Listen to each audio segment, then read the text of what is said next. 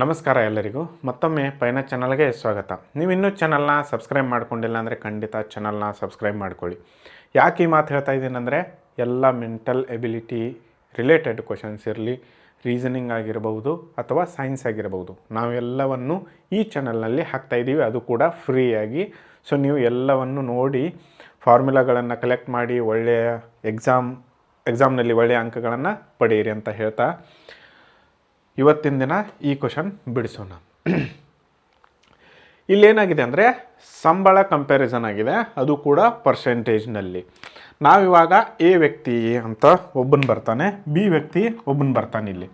So ನಾವೇನು ಮಾಡೋಣ, ಇವಾಗ ಅವರು ಒಂದು ಕೊಟ್ಟಿದ್ದಾರೆ, ಎ ವ್ಯಕ್ತಿಯ ಸಂಬಳ ಬಿ ದವನಿಗಿಂತ 25% ಜಾಸ್ತಿ ಇದೆ. ಅಂದರೆ ಏನು ಮಾಡೋಣ,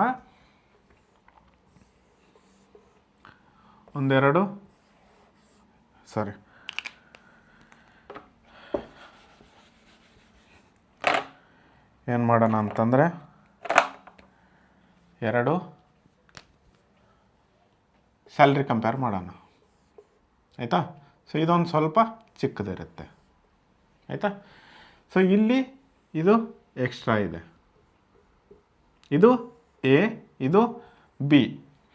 ಎಕ್ಸಾಂಪಲ್ ಹೇಳ್ತಾ ಇದ್ದೀನಿ, ಇದು 25% ಎಕ್ಸ್ಟ್ರಾ ಇದೆ, ಇದು 100%, ಇದು 100%. ಯಾರ್ದಿದು? ಬಿದವನು. ತಿಳಿತಲ್ವಾ? 25 ನೋಡಿ, ಎ ವ್ಯಕ್ತಿಯ ಸಂಬಳ ಬಿ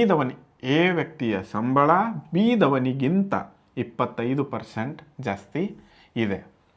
ತಿಳಿತಾ? ಇಷ್ಟು ಕ್ಲಿಯರ್ ಇದೆಯಾ? ಮುಂದೇನು ಕೇಳಿದ್ದಾರೆ, ಹಾಗಾದರೆ ಬಿ ವ್ಯಕ್ತಿಯ ಸಂಬಳ ಎ ವ್ಯಕ್ತಿಗಿಂತ ಎಷ್ಟು ಕಡಿಮೆ ಇದೆ ಅಂತ ಕೇಳಿದ್ದಾರೆ. 25% ಕಡಿಮೆ ಅಂತ ಹೇಳೋಕ್ಕಾಗಲ್ಲ, ತಿಳಿತಲ್ವಾ? ಯಾಕಂದರೆ ಬಿ ದವನಿಗಿಂತ ಇವನ ಸ್ಯಾಲ್ರಿ 25 ಜಾಸ್ತಿ ಇದೆ, ಕರೆಕ್ಟು. ಆದರೆ ಎ ದವನ ಸ್ಯಾಲ್ರಿಗೆ ಕಂಪೇರ್ ಮಾಡಿದಾಗ ಬಿ ದವನು ಎಷ್ಟು ಕಡಿಮೆ ಇದೆ ಅಂತ ಕೇಳಿದ್ದಾರೆ, ಆಯಿತಾ. ಇಲ್ಲಿ ನಾವು ಮಾಡಬೇಕಾಗಿರೋದು ಇಷ್ಟೇ. ಮೊದಲೇನು ಮಾಡ್ಕೊಳ್ಳೋಣ, ಇಲ್ಲಿ 25% ಅಂತ ಕೇಳಿದ್ದಾರೆ. ಸೊ ಆಲ್ರೆಡಿ ಇವಂದು 100% ಆದರೆ ಇಲ್ಲೆಷ್ಟಾಗುತ್ತೆ, 125%. ಸಿಂಪಲ್ಲ ಇಲ್ತಾನ. ಅದಾದಮೇಲೆ ನಾವಿನ್ನೇನು ಮಾಡಬೇಕು, ನಾವಿವಾಗ ಎ ದವನ ಸಂಬಳಕ್ಕಿಂತ ಬಿ ದವಂದು ಎಷ್ಟು ಕಮ್ಮಿ ಇದೆ, ಎಕ್ಸ್ ಕಮ್ಮಿ ಇದೆ ಅಂತ ತಿಳ್ಕೊಳ್ಳೋಣ. X% ನಮಗೆ ಗೊತ್ತಿಲ್ಲ ಎಷ್ಟು ಕಮ್ಮಿ ಇದೆ ಅಂತ. ಅದಕ್ಕೆ ನಾವಿನ್ನೇನು ಮಾಡಬೇಕು, ಇಲ್ಲೆಷ್ಟಿದೆ, ಎ ದವನ ಸಂಬಳ ಎಷ್ಟಿದೆ, 125 ಇದೆ ಅಲ್ವಾ, ಸಿಂಪಲ್ಲು. ಅದಾದ ಮೇಲೆ ಈ ಪರ್ಸೆಂಟೇಜ್ಗೆ ಕಂಪೇರ್ ಮಾಡಿದಾಗ ಬಿ ದವಂದು ಅಂದರೆ ಎ ದವಂದು ಎಷ್ಟು ಜಾಸ್ತಿ ಇದೆ, 25% ಜಾಸ್ತಿ ಇದೆ.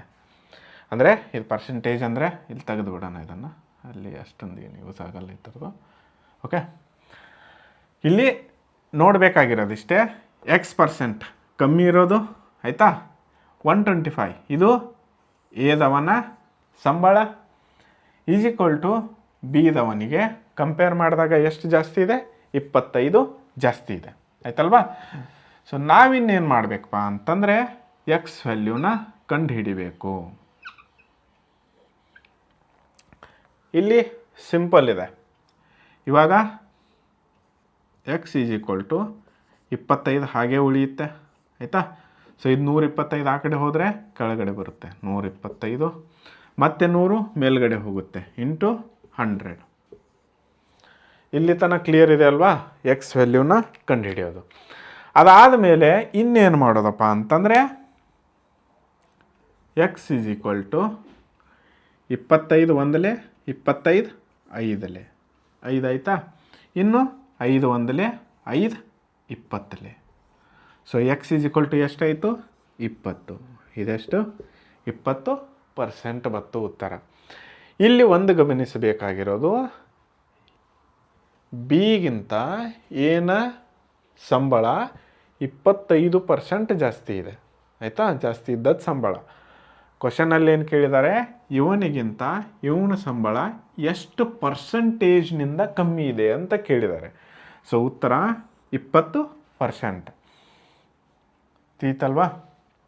ಸೊ ಇಷ್ಟು ಸಿಂಪಲ್ ಇರುತ್ತೆ ಇದು ಮ್ಯಾಥ್ಸು. ಸೊ ಇದೇ ನೀವು ಇನ್ನೊಂದು ಬೇರೆ ಥರದಲ್ಲಿ ಮಾಡ್ಕೊಳ್ಬೋದು. ಇವಾಗ ಎ ವ್ಯಕ್ತಿಯ ಸಂಬಳ ಬಿ ವ್ಯಕ್ತಿಗಿಂತ, ಬಿದವನಿಗಿಂತ ನೀವಿಲ್ಲಿ ಮಾಡ್ಕೊಳ್ಳಿ. ನಾನು ಮತ್ತೆ ಬೇರೆ ಎಕ್ಸಾಂಪಲ್ ಇದು 45% ಜಾಸ್ತಿ ಇದೆ ಆಯಿತಾ. ಸೊ ಇದೇ ರೀತಿ 45% ಜಾಸ್ತಿ ಇದೆ. ಹಾಗಾದರೆ ಬಿ ವ್ಯಕ್ತಿಯ ಸಂಬಳ ಎ ವ್ಯಕ್ತಿಗಿಂತ ಎಷ್ಟು ಕಡಿಮೆ ಇದೆ ಕಂಡುಹಿಡಿಯಿರಿ ನೋಡೋಣ. ಈ ಉತ್ತರವನ್ನು ಕಂಡುಹಿಡಿದಾದ್ಮೇಲೆ ಕಮೆಂಟ್ನಲ್ಲಿ ಮೆನ್ಷನ್ ಮಾಡಿ ಎಷ್ಟು ಪರ್ಸೆಂಟೇಜ್ನಿಂದ ಕಡಿಮೆ ಇದೆ ಅಂತ.